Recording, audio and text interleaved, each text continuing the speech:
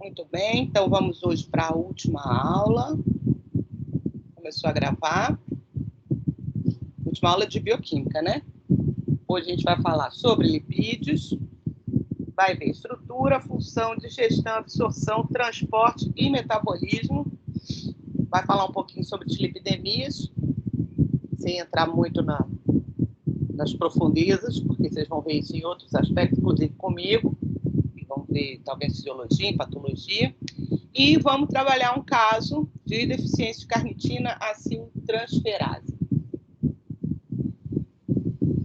Aqui, como indicação de texto, eu botei o capítulo 17 do Lening, que trata basicamente dessa primeira parte, de digestão e absorção, e parte de metabolismo referente à beta-oxidação, que é a oxidação dos ácidos graxos.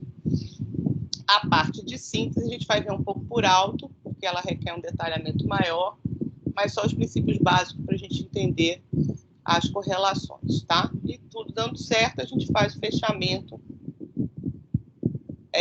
inicial da parte metabólica, de metabolismo energético, que eu espero, sinceramente, que vocês me deixem feliz, chorando de alegria, com a parte de integração metabólica que vocês vão trabalhar nos seminários, ok?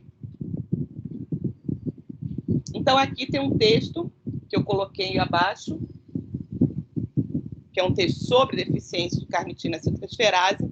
Esse texto, vocês vão ver que ele está com um português engraçado, de activans e ativado, etc. Tanto que ele está aqui, ó, diretamente, porque ele é um texto traduzido do espanhol para o português de Portugal. E outra coisa que vou chamar a atenção, eu não quis modificar a redação, está escrito aqui, ó, ácidos gordos. Eu acho que eu já comentei isso com vocês. Em Portugal, em vez de eles chamarem ácidos graxos, eles chamam de ácidos gordos, mas é a mesma coisa, tá? Só que no Brasil a gente chama de ácidos graxos, em Portugal eles chamam de ácidos gordos. Eu achei interessante deixar isso aqui, porque às vezes tem material excelente em Portugal, de bioquímica, várias coisas, aulas, palestras, textos escritos por professores da Universidade do Porto, da Universidade de Lisboa, de Coimbra. Tem um professor chamado Rui Fontes, eu acho. Eu vou procurar depois o nome para vocês. Ele é maravilhoso, ele dá aula para medicina lá, acho que é no Porto mesmo. E aí, vocês vão, quando vocês lerem, talvez vocês estranhem, alguns termos de bioquímica são diferentes, né? Então, ácido gordo é ácido graxo, glicagina é como eles chamam glucagon, e tem outras palavras assim, mas é só para vocês saberem. Então, isso aqui depois vocês leiam. É bom para vocês estudarem um pouco. Ó, congênito é congênito, é vômito e por aí vai. Mas eu já quero mostrar aqui. Isso aqui é um folder, na verdade, é um panfleto de um hospital espanhol, acho que é de Barcelona. Tem o link aqui embaixo, depois vocês podem clicar aqui, ó, Barcelona. Vocês podem clicar aqui não está linkado.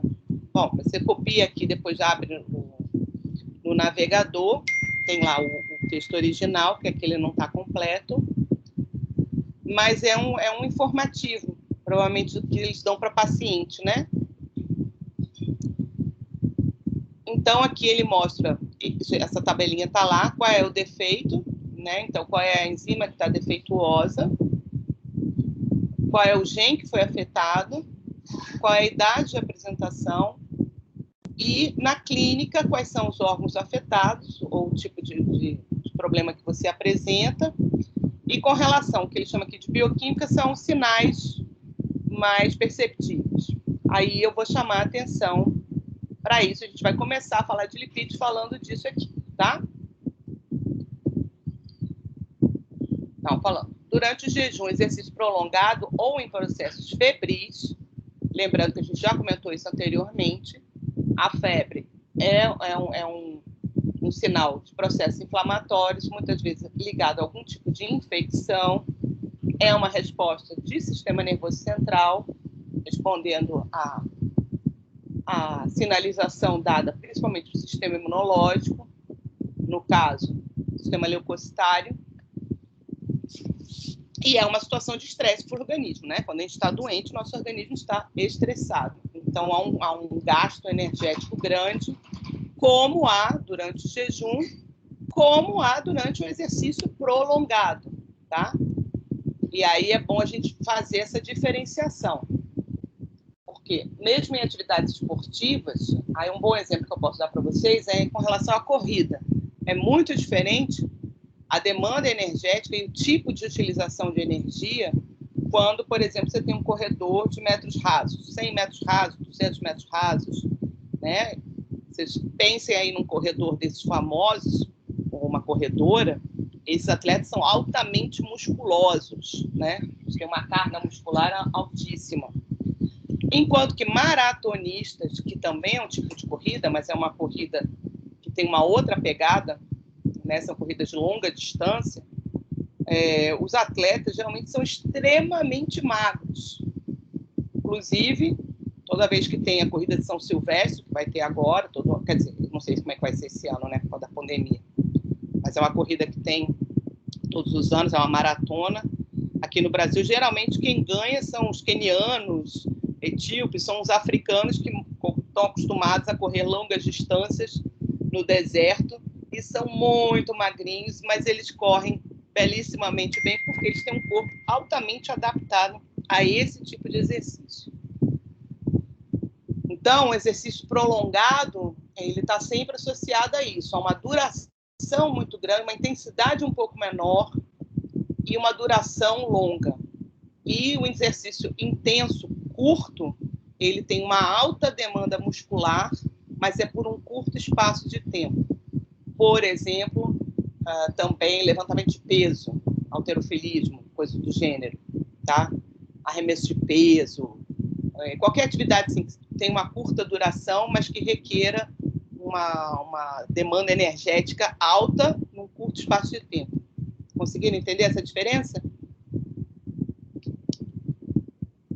Sim? Sim, Pro. Tá. Então, como a gente viu nas últimas aulas, quando a gente necessita de energia, a gente recorre aos 3 substratos energéticos que a gente possui no nossas células para a produção, para a regeneração do ATP, basicamente. Isso pode ser gerado diretamente, por exemplo, na glicólise, que a gente viu semana passada, onde se geram 2 moléculas de ATP diretamente pela oxidação parcial da glicose em piruvato, mas a gente também viu que a gente gera NADH na glicólise e que esse NADH depois vai gerar mais ATP.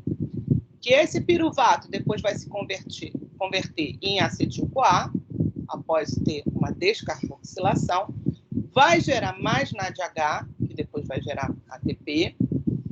E a gente viu também que os aminoácidos passam pelo mesmo processo. Eles sofrem oxidação parcial, com uma desaminação, uma perda do grupamento amina, e que, posteriormente, eles acabam sendo convertidos em acetil-CoA também, ou ainda convertidos em algum intermediário do ciclo de Krebs. E que no ciclo de Krebs também vai vir um acetil-CoA, que é gerado da oxidação parcial dos ácidos graxos, que é o que a gente vai ver hoje.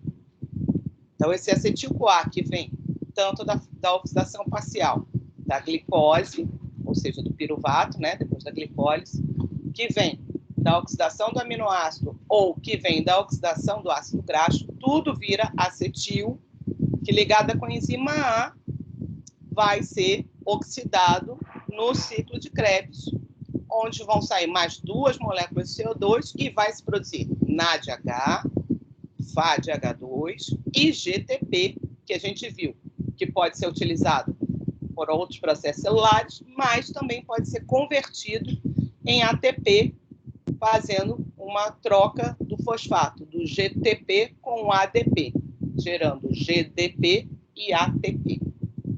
Tá? Então, durante o jejum e o exercício prolongado em processos febris, há grandes necessidades energéticas. A energia disponibilizada pela glicose é insuficiente. Então, aqui uma primeira diferença que eu estava falando com relação ao exercício de curta duração e de longa duração.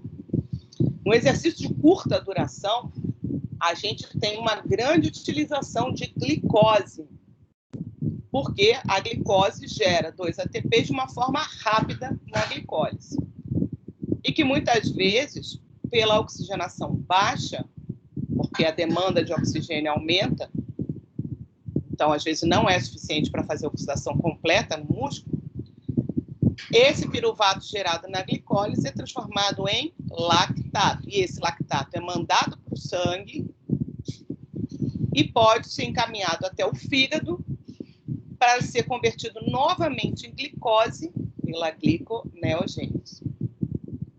A gente também viu que a gente tem uma reserva de glicose nos tecidos, com uma reserva maior no fígado e nos músculos, que é justamente para esse caso de necessidade. O fígado contribui armazenando glicogênio, ou seja, polimerizando glicose e guardando durante o período pós-prandial, após a digestão e absorção dos alimentos. E esse glicogênio ele pode ser quebrado, pode ser hidrolisado, no caso, vai ser fosforólise, vai ser quebrado, e essa glicose vai ser liberada no sangue para manutenção da glicemia, seja durante o jejum, seja durante o exercício intenso. Com relação ao glicogênio muscular, esse glicogênio é também armazenado durante o período pós-prandial e vai ser utilizado novamente durante o período de jejum, já que durante o jejum o músculo não é capaz de captar eficientemente glicose do sangue, pela falta de insulina, pela baixa de insulina, não falta, né? Mas pela baixa de insulina, já que seu glúten, seu transportador de glicose, é dependente de insulina. Então, ele usa esse glicogênio para ter glicose, né? Para fazer seu metabolismo energético, mas também vai utilizar esse glicogênio por estímulo, por exemplo, de adrenalina, que vai aumentar durante o exercício, certo? Então, a adrenalina vai estimular a glicogenólise muscular no músculo para ter o quê? Produção de energia durante o exercício, tanto curto quanto prolongado. Mas, durante o exercício intenso, esse glicogênio vai ser preparado de uma forma mais rápida, de novo, porque vai haver mais consumo de glicose, porque a oxigenação não é tão eficiente nesse momento do exercício intenso. Já o maratonista, que foi outro exemplo que a gente estava vendo, que é um exercício prolongado, como ele vai correr de uma forma bem mais lenta, o que vai acontecer? Tem tempo necessário para o oxigênio chegar até os músculos e participar dos processos de oxidação completa de nutrientes, inclusive dos ácidos graxos. Então, resumindo, em exercício curto, vai se consumir muita glicose e muito dessa glicose vem praticamente do glicogênio muscular quebrado.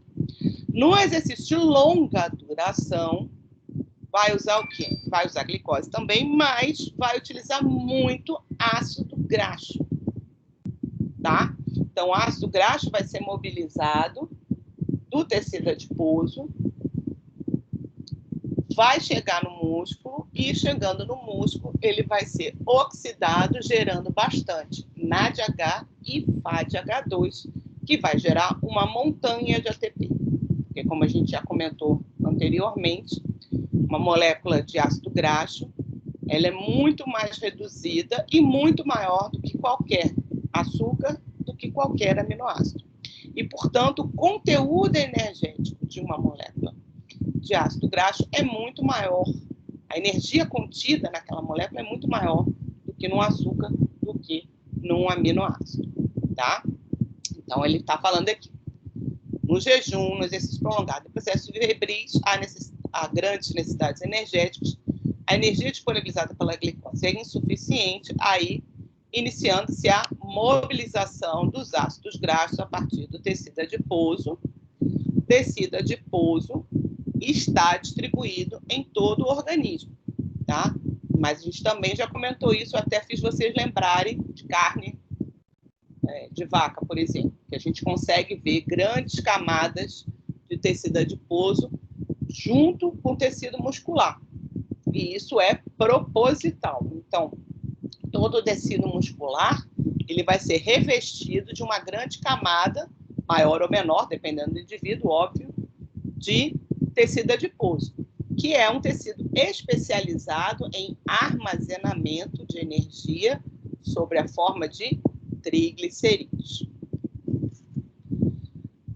Os triglicerídeos, a gente vai ver, contém 3 ácidos graxos. Então, quebrando esses triglicerídeos, esses ácidos graxos vão ser transportados até o tecido muscular, e aí eles vão partir, vão ser oxidados nessa via chamada de beta-oxidação, que é o que a gente vai aprender hoje. Só que processos de oxidação completa vão se dar dentro da mitocôndria. Vocês estudaram bem agora em biologia, não foi? Vocês já não estudaram a mitocôndria? Poliana? Já. Então, me dê aí as características gerais da mitocôndria. Com relação às membranas, por exemplo. Duas membranas, uma interna e externa.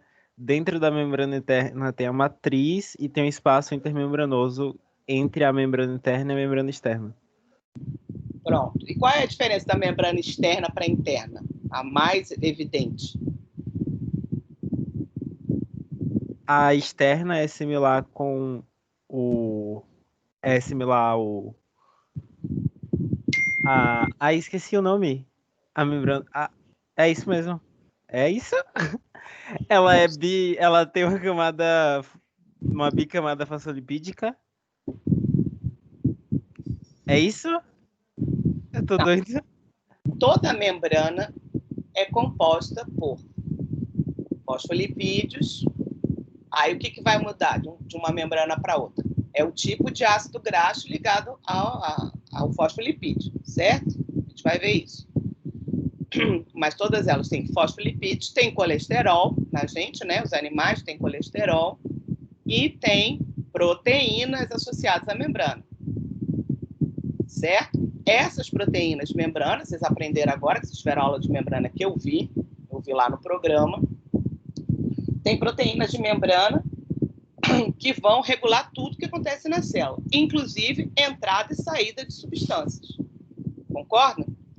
Então, a gente vai ter proteínas do tipo canal, a gente vai ter enzimas associadas à membrana, a gente vai ter receptores associados à membrana, que vão cuidar da sinalização, etc, etc.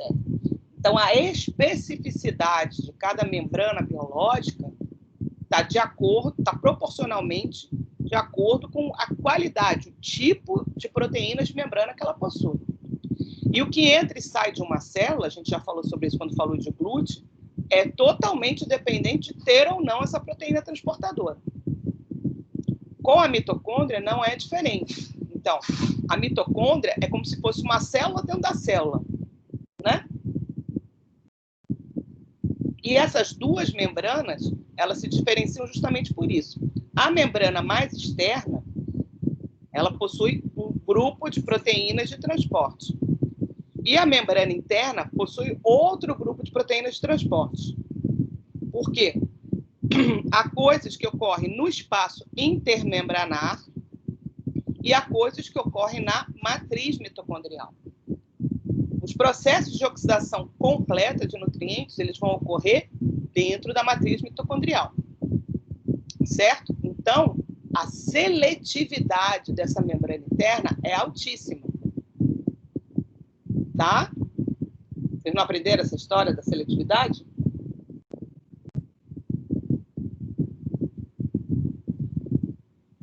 Sim, sim. Não, sim. Não. Ah, pronto. E aí, é exatamente esse o ponto aqui, essa questão. A beta-oxidação proporciona 80% da energia necessária para o organismo durante o jejum prolongado. Então, como eu venho dizendo, nutriente é aquilo que vai, energético é aquilo que vai fornecer energia. três tipos fornecem energia: aminoácidos, ácidos graxos e açúcares, tá? Mas o quanto eu vou usar em cada local vai variar.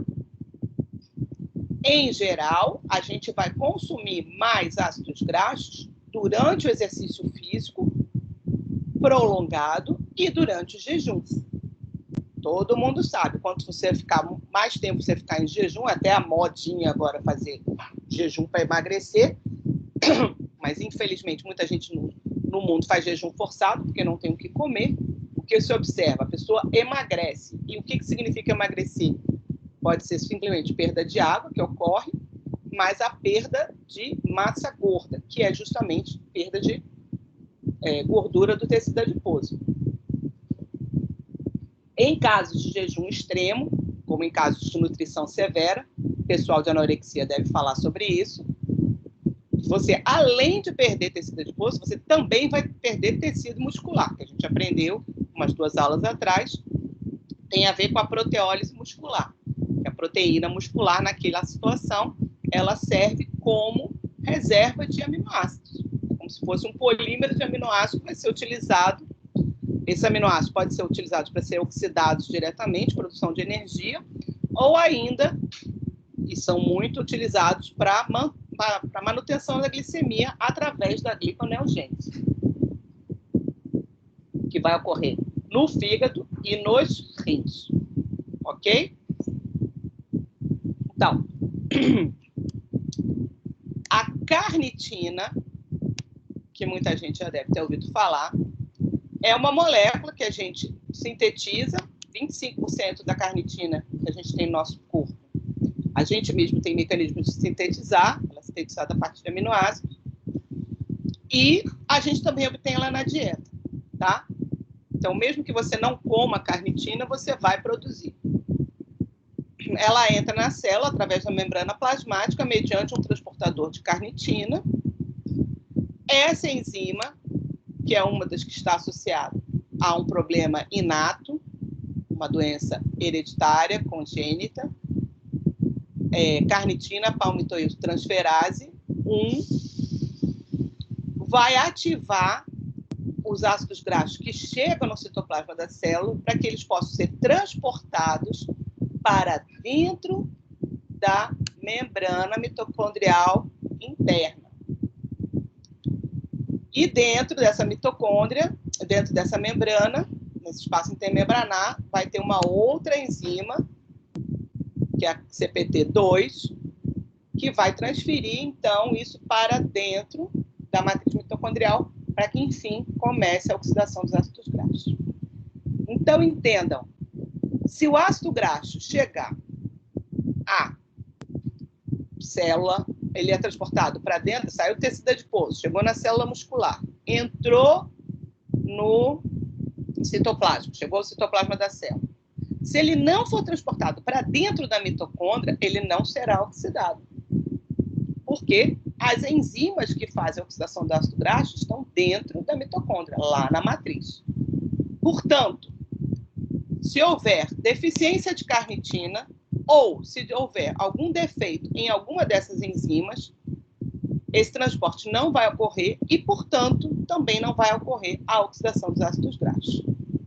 E é isso que está mostrando aqui nessa tabelinha. Deficiências nessas duas enzimas que fazem esse transporte, a CPT1 e 2, vai gerar uma alteração muito importante. Então, vejam, alterações de CPT1, ela apresenta-se logo após o nascimento, e está aqui, ó, falência multiorgânica. Por quê? Porque a gente viu que no jejum, 80% da energia que a gente obtém para as nossas células em geral vem da oxidação dos ácidos graxos.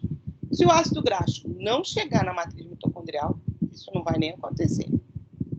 E olha que sintomas a gente vê: hipoglicemia. Agora eu quero que alguém tente me dizer por que que a falta de oxidação de ácidos graxos vai gerar hipoglicemia. Qual é a relação de uma coisa com a outra? E repare que esse é um sintoma comum nos 4 tipos de deficiência que a gente tem no transporte de ácidos graxos para a mitocôndria. Ó, hipoglicemia, hipoglicemia, hipoglicemia e hipoglicemia. Eu não tenho certeza, mas é porque a gente faz gliconeogênese a partir do ácido graxo. Não, do glicerol, a gente faz gliconeogênese a partir do glicerol, que tem relação com ácido graxo. E aí se a gente não consegue fazer essa gliconeogênese, a gente vai ter menos glicose. Pense aí, 80%, estou repetindo, 80% da energia que a gente precisa durante o jejum vem da oxidação do ácido graxo. A pessoa que tem uma deficiência no transporte de ácidos graxos para dentro da mitocôndria, que é onde ele vai ser oxidado e gerar energia, não consegue oxidar ácido graxo. Da onde vem os 80% de energia que ela precisa? Porque a demanda energética é a mesma. Oi? Da proteólise? Que o ácido graxo, a beta-oxidação dele, vai gerar coenzimas, né? O FAD e o NAD. E depois também vai gerar muitas acetil-CoA. As coenzimas já existem e elas vão ser reduzidas. O NAD e o FAD vão virar NADH e FADH2 e vão transportar a energia para a cadeia respiratória para gerar ATP. Uhum. Né? Uhum. Ou seja, não vai gerar ATP a partir da oxidação do ácido graxo, porque o ácido graxo nem chega na mitocôndria. Então, da onde vai se gerar ATP? A partir de que molécula? Glicose? Glicose? Concorda que vai o glicogênio, então vai se esgotar rapidamente, né? E você vai precisar de mais glicose e também vai poder usar o quê? Proteína muscular, não é? Isso, você vai, então, fazer proteólise muscular. Essa proteólise, como eu disse a vocês, vai gerar aminoácidos que podem ser oxidados diretamente para a produção de energia ou ainda mandar esse aminoácido para o fígado para gerar mais glicose. Certo? Então, eu vou ter que suprir 80% da energia que o organismo está precisando, mas eu não tenho quem me fornece essa energia, que é o ácido graxo. Então, eu vou ter que tirar da glicose e dos aminoácidos. Ou seja, eu vou consumir 80% a mais de glicose que de aminoácidos. Vocês estão entendendo?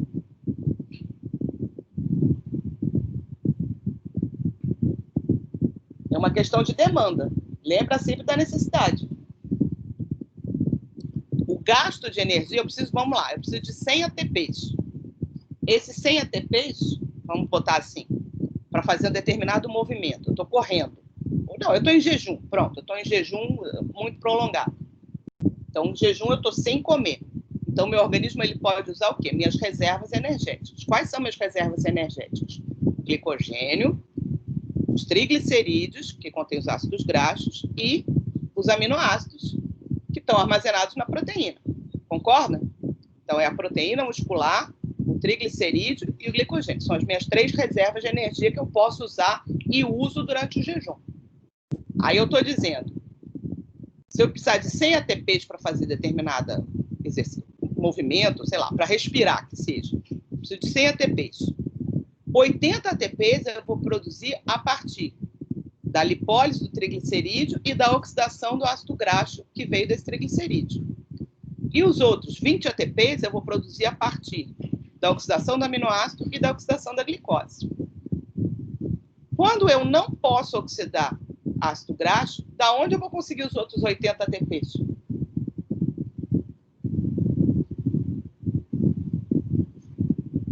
Dos aminoácidos e dos glicogênio. Isso, da glicose que vem do glicogênio. Glicogênio, ele está armazenado no citoplasma das células. Posso armazenar glicogênio pra caramba? Não. Não, porque tem uma questão que ele está dentro de uma célula muscular que não vai crescer só porque eu vou armazenar mais glicogênio. Se eu tiver um excesso de glicose na minha dieta, por exemplo, eu vou repor o glicogênio que faltou. Então, eu tinha 100 moléculas de glicogênio dentro da célula muscular. Gastei 90 durante o jejum. Quando eu comer, eu vou repor essas 90. Quando atingir minhas 100 moléculas de glicogênio dentro daquela célula, acabou. O que sobrar de glicose vai ser convertido em acetil-CoA e esse acetil-CoA vai ser convertido em ácido graxo. É isso que a gente vai aprender hoje. E esse ácido graxo vai virar triglicerídeo e vai ser transportado para o tecido adiposo, para ser armazenado lá. Então, eu não tenho como ter aumento da massa muscular para ter mais glicogênio. Então, minha reserva de glicogênio ela é importantíssima, mas ela é pequena. Minha principal reserva de energia, ou seja, a molécula que vai gerar muito ATP, é ácido graxo. Uma pessoa que não pode usar ácido graxo como fonte de energia fica limitada a utilizar glicose e aminoácidos como fonte de energia. E aí, obviamente, como a demanda energética do músculo é alta, o que vai acontecer? Eu vou usar mais glicose que o normal. E por isso, todas as doenças que afetam o transporte de ácidos graxos para a mitocôndria, que é onde vai ocorrer sua oxidação, vão cursar com hipoglicemia. Porque o consumo de glicose por esse indivíduo é maior, muito maior, do que é uma pessoa que não tem esses defeitos. Conseguiram entender isso?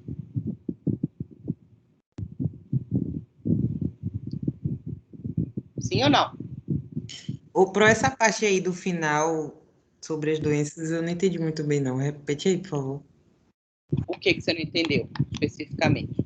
Essa parte das doenças que a senhora falou que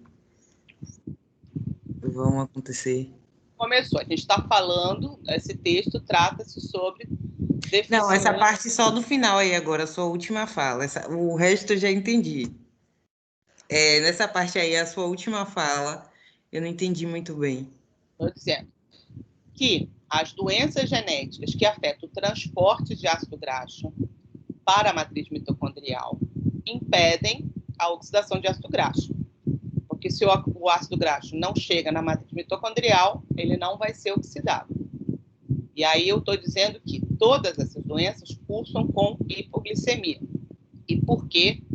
Porque não podendo oxidar ácido graxo, o organismo dessas pessoas recorre a outros substratos energéticos.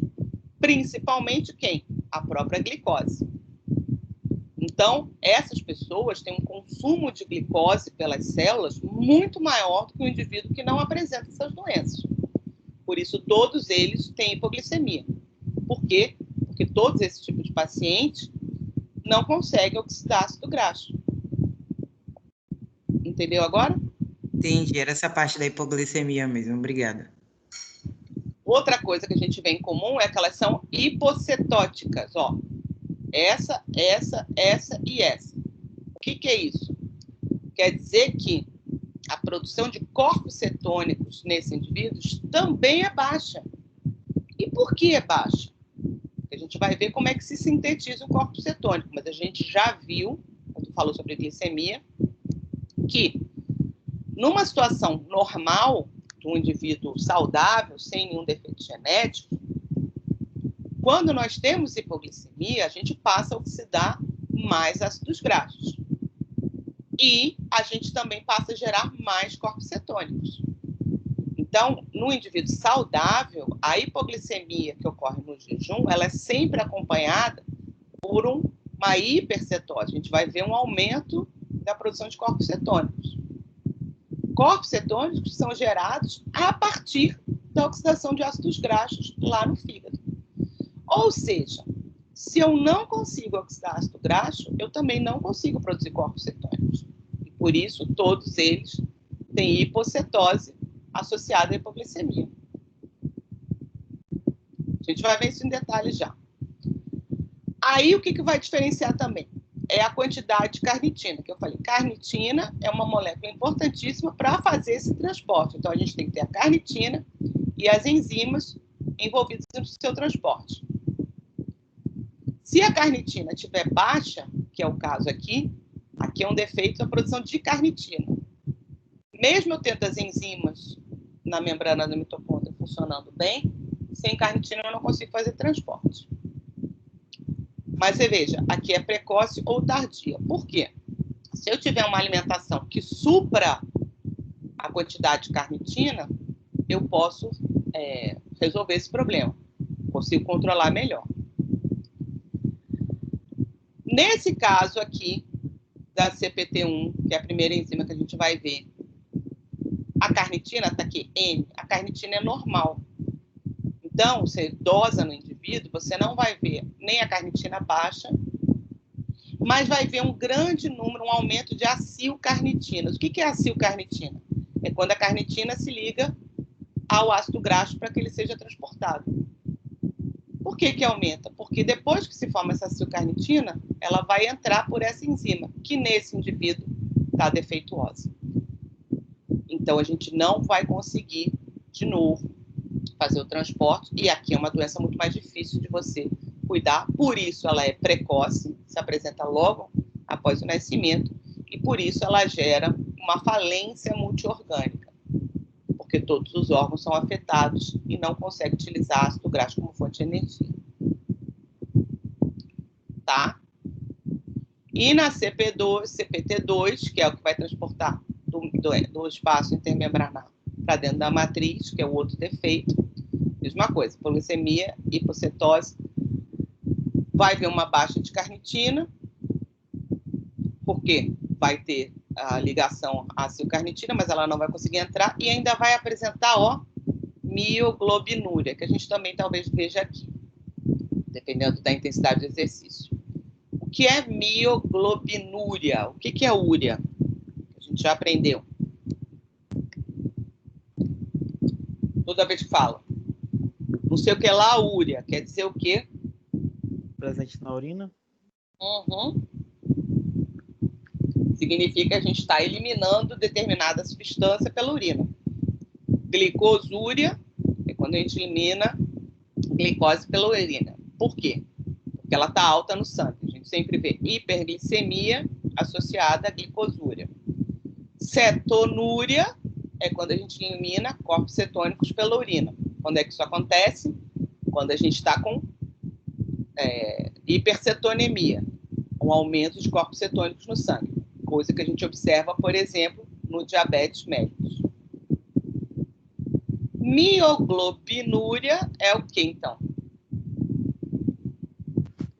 Eliminação de mioglobina na urina? Não consegui ouvir. Eliminação de mioglobina na urina? Exatamente. É quando a gente começa a eliminar mioglobina na urina. O que é mioglobina mesmo, que a gente aprendeu lá na aula de proteínas? É uma proteína que ela está presente no tecido, acho que do coração, né? E também outras células musculares. Isso, no tecido muscular. Mio quer dizer músculo. Ah, sim. Lembra? Mioglobina é uma proteína globular que está presente no músculo e é responsável pela captação de oxigênio pelo músculo. Lembra? Ele vem sendo transportado pela hemoglobina, que está na hemácia. Quando chega aos músculos, esse oxigênio que está na hemoglobina sai da hemoglobina e vai ser captado pela mioglobina que está nos músculos. Ou seja, a mioglobina está dentro do músculo. O que significa, então, apresentar mioglobinúria? Está tendo proteólise? Exatamente, perfeito. Significa que teve proteólise, que teve lesão muscular. As células musculares se arrebentam e o conteúdo vai para o sangue. E aí a gente sabe, tudo aquilo que está em excesso no sangue ou que não era para estar no sangue, nosso organismo sempre vai tentar fazer o quê? Eliminar pela urina. Então, apresentar mioglobinúria é bastante grave, porque é um indicador de lesão muscular. Aí, isso pode ser indicativo tanto de um infarto de miocárdio quanto uma doença musculoesquelética. certo? Se for um infarto no coração, o sujeito vai ter sintomas no coração. Se for um infarto em alguma célula ou outra muscular, o que vai acontecer? Vai ter dores musculares horrorosas. E veja que são os órgãos afetados. Então, coração, músculo são afetados nessas doenças mais que o outro, e o fígado acaba sendo afetado também, porque o fígado é o órgão controlador, ele vai ser sobrecarregado e também vai precisar muito dos ácidos graxos, principalmente durante o jejum. E a gente vai ver isso, tá? Bom, depois vocês leem o texto completo, fala um pouquinho sobre isso, mas agora vamos ver um relato de caso, para ver se a gente começa a consolidar essa ideia do transporte. Miopatia. O que é miopatia?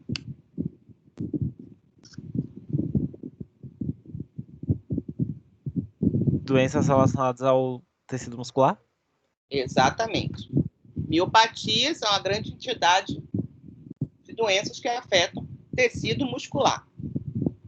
Miopatia causada por deficiência de CPT é uma miopatia metabólica, ou seja, é uma doença muscular que é causada por um defeito de metabolismo, que a gente acabou de ver. O que a CPT faz?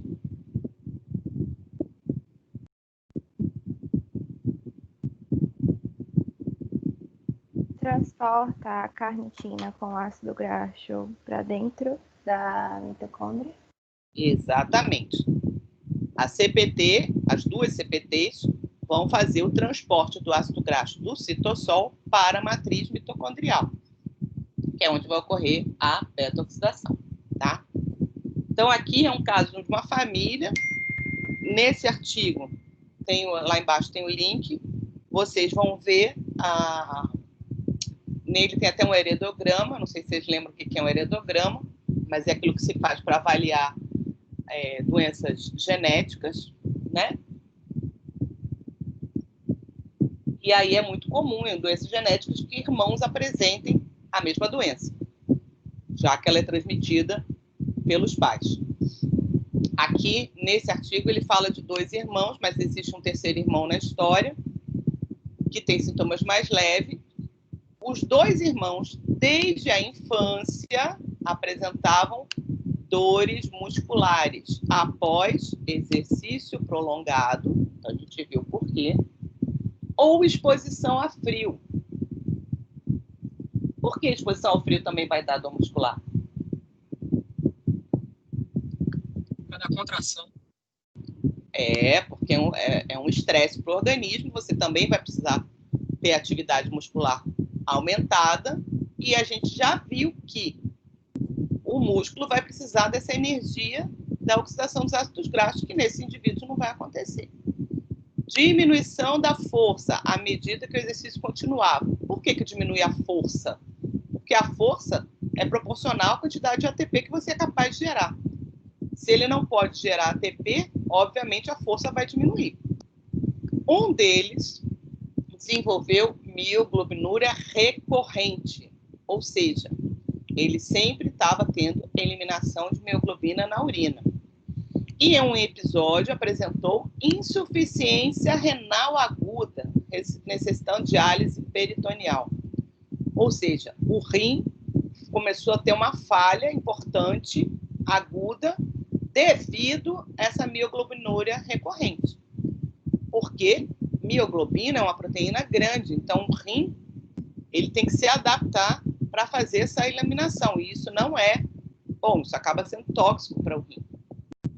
A investigação laboratorial intercrise, ou seja, entre uma crise e outra, que ele estava mais ou menos normal, foi normal. Mas durante o episódio de mioglobinuria, ou seja, quando ele estava nesse estado que a gente acabou de apresentar, observou-se grande aumento de creatina fosfoquinase, que é aquela enzima que está ligada ao metabolismo de fosfocreatina, que a gente viu no outro dia, que é uma forma rápida de regeneração de ATP no músculo. Então, essa é uma enzima que é altamente abundante no músculo.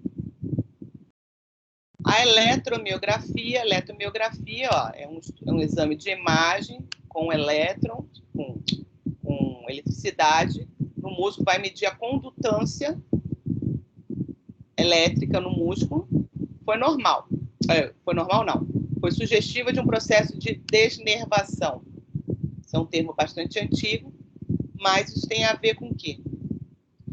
Com um problema, inclusive, de transmissão nervosa para o músculo. Fizeram um teste de produção de lactato, durante isquemia foi normal, e fizeram biópsia muscular, ou seja, tiraram um pedacinho do músculo para poder avaliar por microscopia, para fazer os exames patológicos, histopatológicos. Mostraram um discreto aumento de lipídios nas fibras musculares. Olha só. É para ter lipídio dentro da fibra muscular? Isso é normal?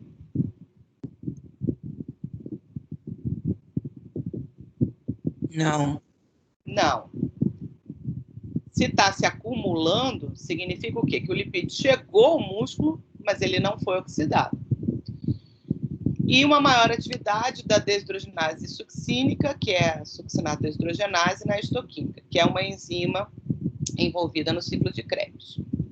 O estudo bioquímico do tecido dos dois pacientes revelou uma redução importante da atividade da carnitina palmitoiltransferase, que é a CPT, com a atividade normal da carnitina octanoiltransferase e carnitina acetiltransferase. Quem são essas outras duas? Palmitoil é o ácido graxo mais abundante no nosso tecido adiposo. A gente vai ver quem ele é. Octanoil é um ácido graxo de 8 carbonos e acetil de 2 carbonos.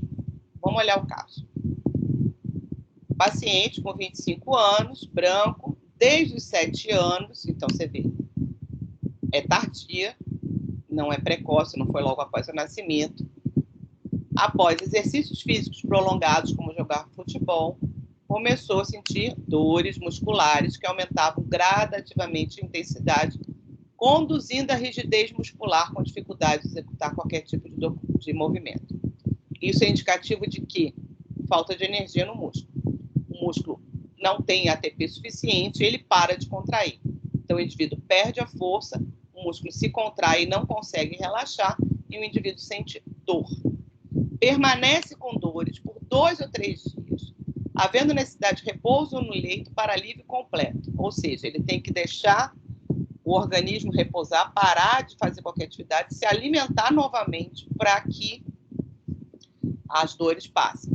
As dores também são desencadeadas como toma banho de rio, com água fria recorrente. Então, quando resfria demais a parte muscular, ele também sente isso, porque para manter o calor, ele, como o colega já falou, vai ter que haver uma ativação dos músculos e isso vai necessitar de mais ATP.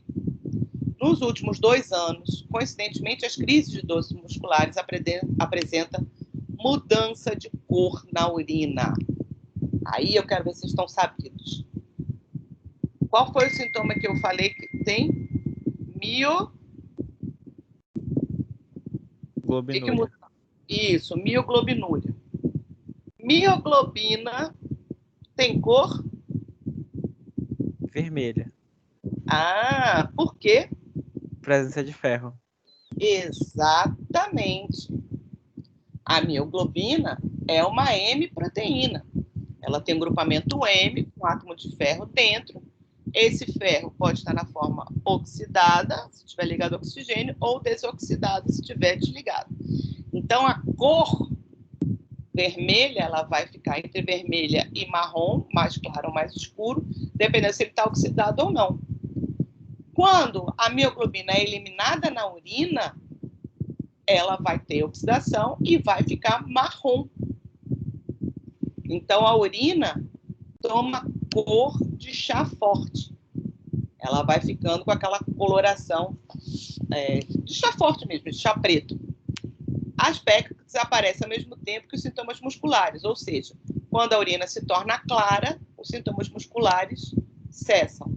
Por quê? Porque quando ele entra em repouso, ele para de ter lesão muscular. Informa quando mastiga demais. Olha isso. Os músculos faciais ficam duros e fracos. Por quê?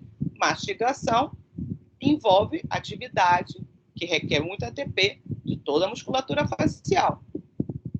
Antecedentes familiares, um irmão com crise semelhante, foi o caso 2, que eu não botei aqui, e um irmão menor de 10 anos com ocasionais crises de dores musculares após exercício. Então, essa referência aos irmãos só corrobora aquilo que já era esperado, que é uma doença de fundo genético. Exame físico neurológico normal, aí eles foram para a investigação laboratorial, ou seja, isso aqui é exame de sangue, para avaliar a atividade das enzimas nesse sangue. Aí lembra que a gente viu nas aulas de enzimas de valor diagnóstico? Quando a gente avalia proteínas no plasma, o que a gente pode olhar? O que esse tipo de exame nos diz?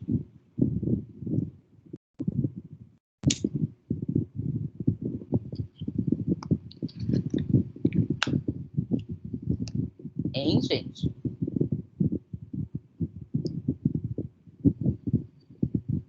Que são enzimas de valor diagnóstico. A gente teve uma aula inteira sobre isso.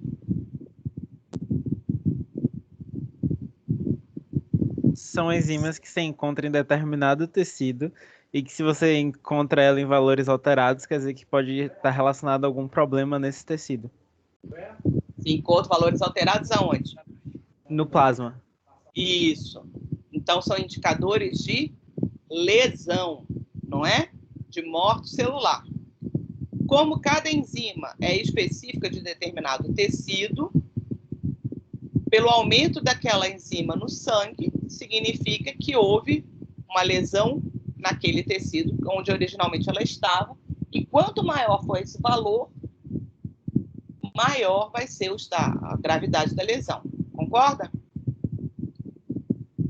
Então, vamos olhar aí, ó. Transaminase glutâmico pirúvica, transaminase oxalacética. A gente viu essas duas enzimas na aula de metabolismo de aminoácidos. O que elas fazem, as transaminases?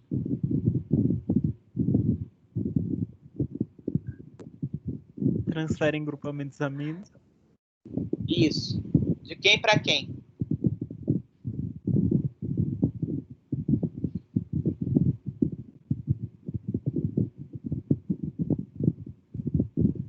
Aqui já está falando do glutamato para o piruvato ou do oxalacetato para a alanina, certo? São aquelas enzimas que são responsáveis por fazer a desaminação dos aminoácidos para que depois eles sejam oxidados ou sejam convertidos em glicose. Lembra que faz o transporte? Foi a aula de metabolismo de aminoácidos. E aí vão permitir que esses aminoácidos circulem pelo sangue até o fígado para que sejam convertidos em glicose ou até o rim, que o rim também pode produzir glicose na gliconeogênese. Ok? Nesse caso aqui, o aumento de transaminases pode estar relacionado tanto ao problema do fígado quanto a um problema muscular. Como estão essas enzimas nesse paciente? Então, tem o valor e do lado está o VR, que é o valor de referência.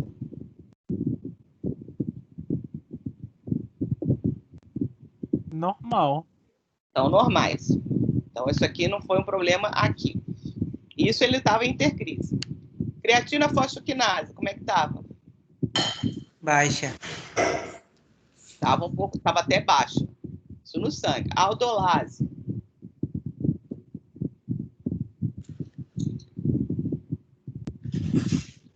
Normal. Está normal. Deshidrogenase lática. Normal também.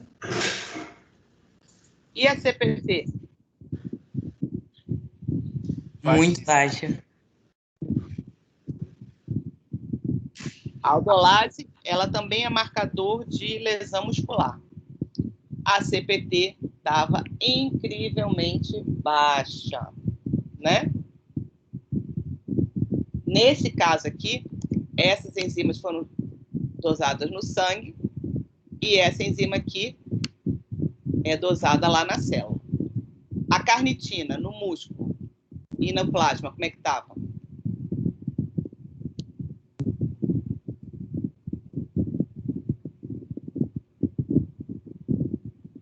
No músculo normal, no plasma Muito levemente baixa.